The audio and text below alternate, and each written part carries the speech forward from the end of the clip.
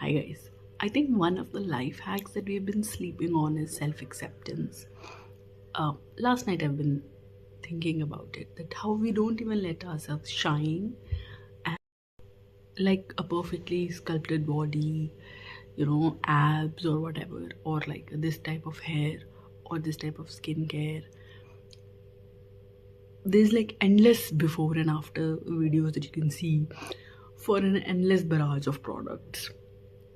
Still, that doesn't fill the void inside of you. But what if, like, we've been sleeping on it and this does not align with any algorithm? It does not define, it does not even need a before and after picture. Radical self acceptance is the answer. It doesn't come as like a resignation, but it's like a revolution almost. It's like, wait a minute, I'm not going to reject myself anymore. I'm not gonna be like a baker, like now I'm gonna do this, I'm gonna do that. It's like you're always spending so much time at war with yourself, looking at yourself, trying. Doesn't mean that you overlook the flaws that you have in your personality and character. And I think that is okay. Those are things that you can reflect on. Those are things you introspect on. But all in all, I think it is generally the inner critic needs to be questioned and needs to be silenced, and you need to let them know, and you need to let them work for you instead of you overworking your brain trying to understand the points that the inner critic has made. There's so much draining of energy that happens when you shrink yourself, and we think we hide ourselves behind something, like there is certain folding yourself into a shape that we think will serve us. It's so deeply embedded in us, it's so obvious to see it, and yet we all come to wanting this and doing this for ourselves, putting a new injection to your skin, or getting a new hair care thing or whatever. I think that internal war is at the cost of your own radiance or at the cost of your own glow up. And the light behind your eyes, the unguarded softness of your presence, I think that is internal. That it shines through you, right? Whenever we see someone like that, and you don't have to weaponize your humanity against yourself, and you have to stop treating your flaws like they are emergencies. If you have to meet the messy, contradictory, weird, imperfect version of yourself in the mirror, not abandon them anymore, because that is who you are, you know, and you are the one who sees it the most. You don't have to abandon that person. How can you shame yourself into becoming something you love? Transformation is not going to come out of self hatred. You're trying, transformation does not come out of self hatred. You're trying to do that, do these endless number of procedures, thinking that this will what make the other person love me. But you've never decided, never like made a decision for yourself as to what will make you yourself, what will make you love yourself just the way you are. This cruelty that you've aimed at yourself, how is it going to sculpt a better you? How is it going to lead to a better you? I mean, of course, so sure, a guarded person, a more armored person, a hidden person, probably.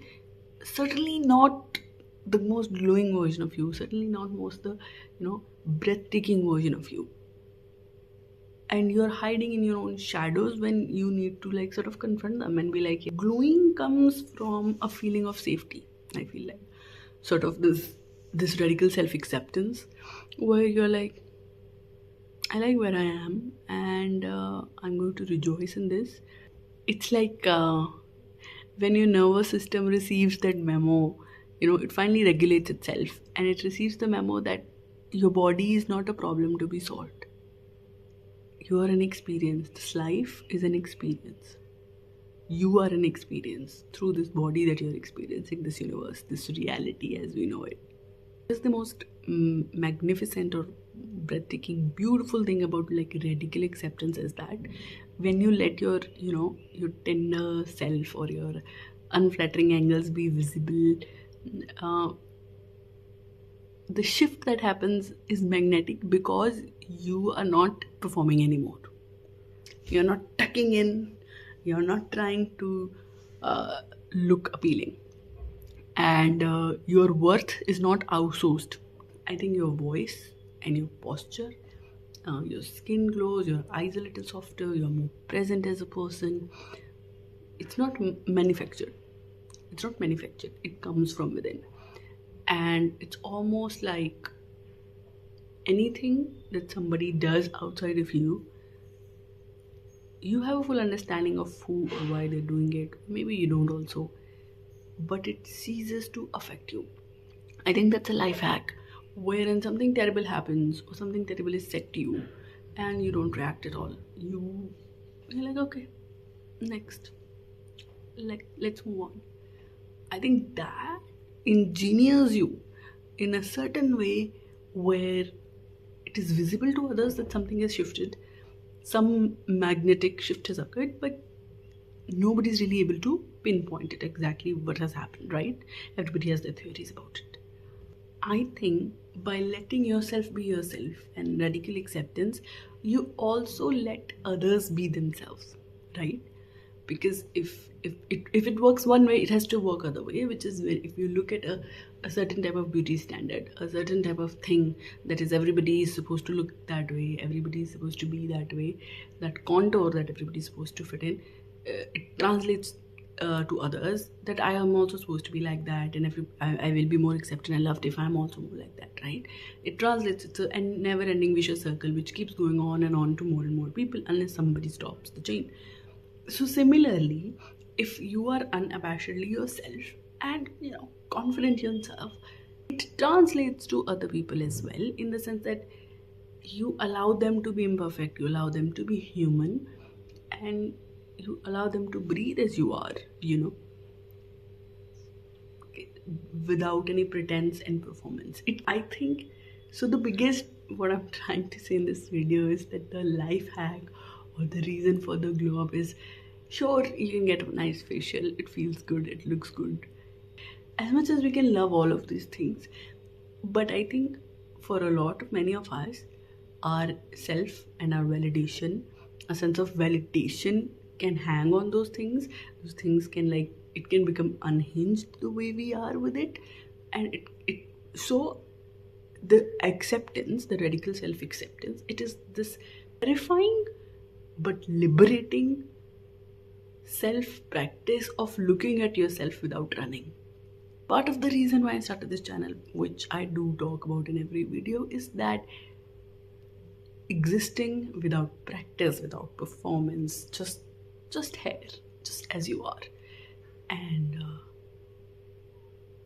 it's the moment you realize that the door that you've been begging on to be loved has always been inside of you. You have that key. The door was never really locked, only you had that key. A raw, true, or unpolished version is the one that is going to shine. That's the glow up that actually lasts. Everything else is just a monthly payment. It's decoration that you have to buy over and over again. It's never permanent. That's how businesses work. So yeah, that's all.